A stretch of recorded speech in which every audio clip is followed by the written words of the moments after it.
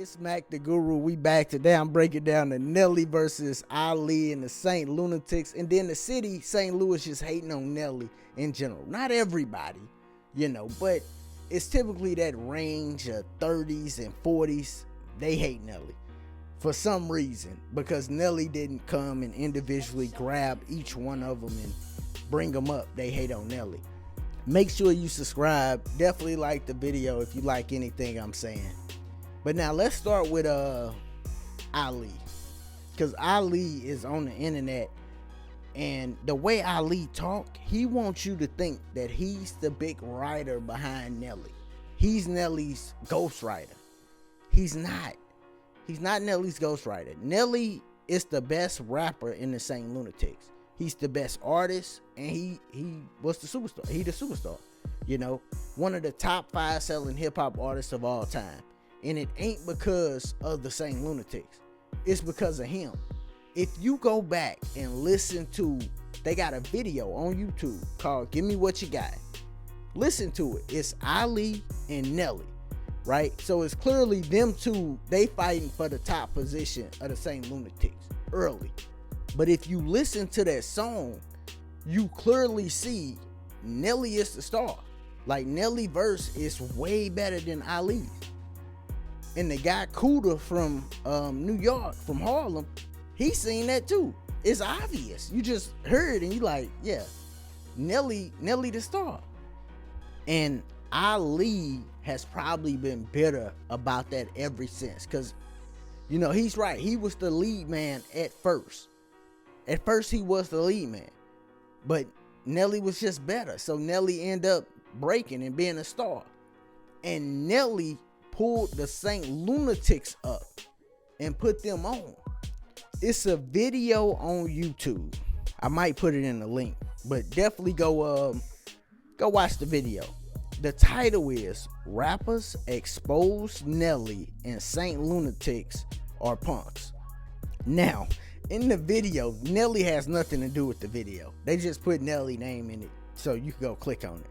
But in the video, it's some rappers talking to Ali, Keywan, and Murphy Lee. Now they asking them, yo, who have y'all put on for the city?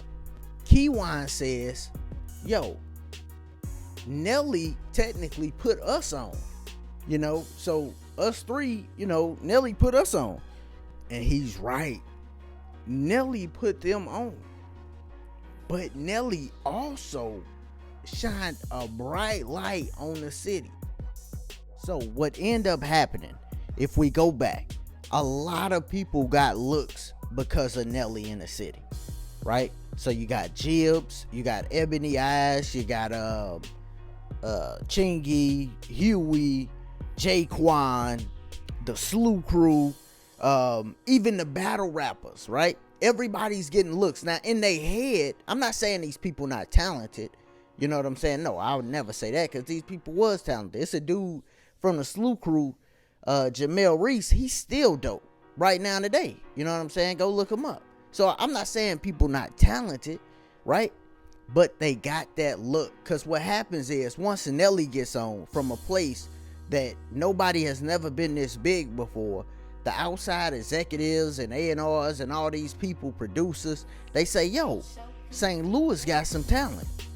I didn't even know they did hip hop like that in St. Louis, but they got some talent. Let's go there and see what else they got. And then all these people is getting looks.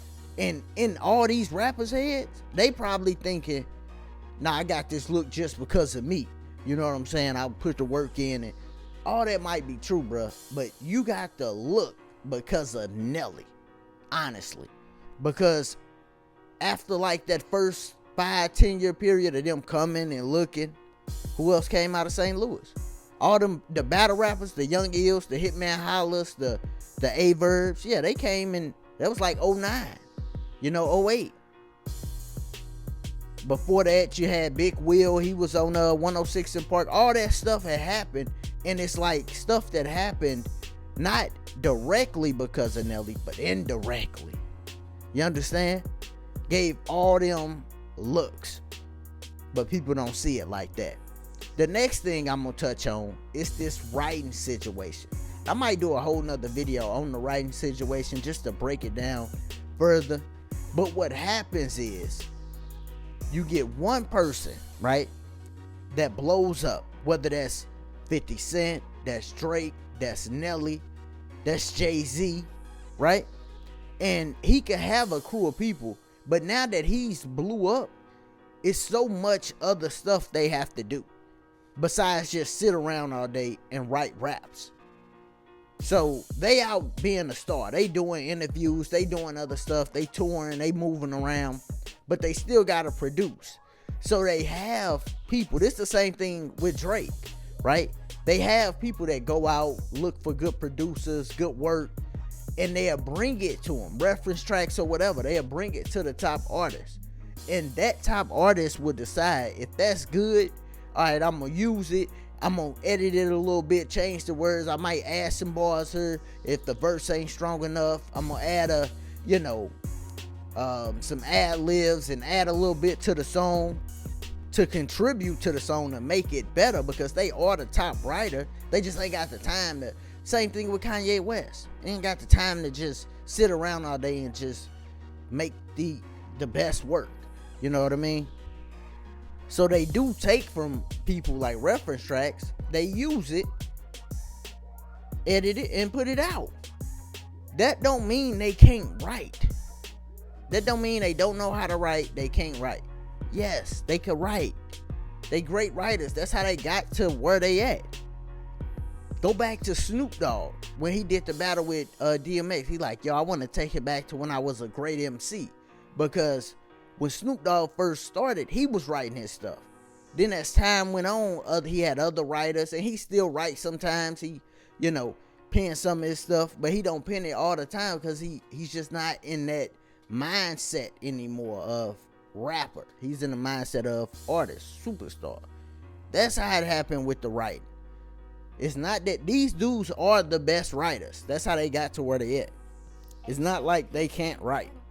People use that against them to try to disqualify them, just like how they did Drake. Funk Flex just went in on Drake. Like, yo, he'll be the top guy if he didn't have them ghostwriters. Even though it's documented that Ja Rule wrote for Jay-Z, that Kanye wrote for Jay-Z. They might not have wrote his verses, but they wrote the hooks. The hooks make the song. The hooks and the bridges make the song. The verses gotta be dope, but the verses don't make songs. The hooks and the bridges do. So if you working with a bunch of different producers and they constantly writing different hooks and different bridges for you, you just gotta come in and be a rapper. That's easy. Then coming up with the actual hook. So, people try to disqualify people because some people are better at writing hooks, like 50 Cent. 50 Cent could write way better hooks than Jay-Z. 50 Cent write better hooks than Jay-Z. But Jay-Z write better verses. But they both great writers in their own right. You understand? So that's breaking down the writing aspect from it.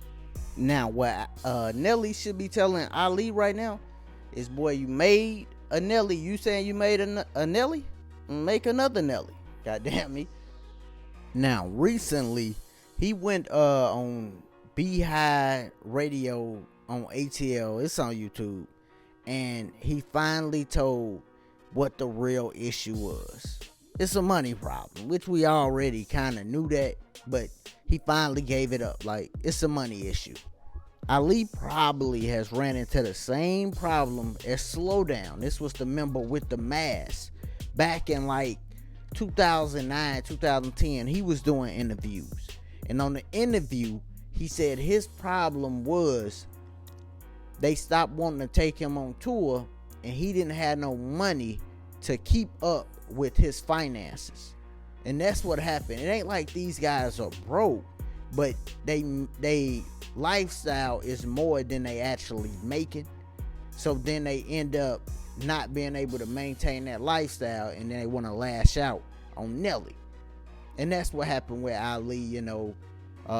He's not making the money that he think he deserved, or he not where he think he should be, which I completely understand that. But you don't do it You don't get that by just going at the top dude that been helping you this whole time. Like, I didn't research. I know the real stuff. Nelly didn't help him through divorces and all type of stuff. You see what I'm saying? Nelly was always there for Ali. But where Ali really fucked up at, and this, if I was Nelly, I would never fuck with him again because of this. And this where he came off as like a goofy ass dude to me. I ain't care about they discrepancies and all that. I wasn't even gonna make this video, even though people were saying make it.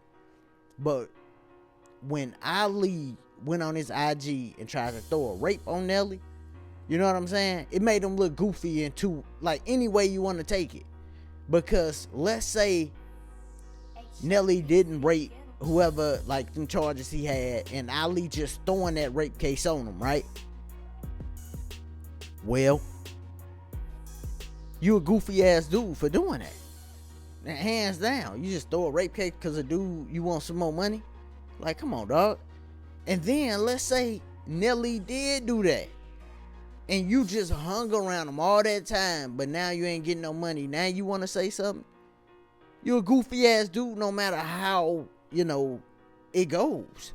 So that's when I said, nah, hell nah. I'm going to go make a video and go in. Because that's just some goofy, silly shit to me for him to do the rape case thing.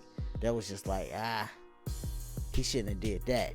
But nevertheless, man, this just my take on it. You know what I'm saying? Like, everybody can have their take. Y'all can comment. Tell me where you think I was right at, where I was wrong at. You know. Other than that, man, it's Mac the Guru. Y'all be easy. Be safe. Peace.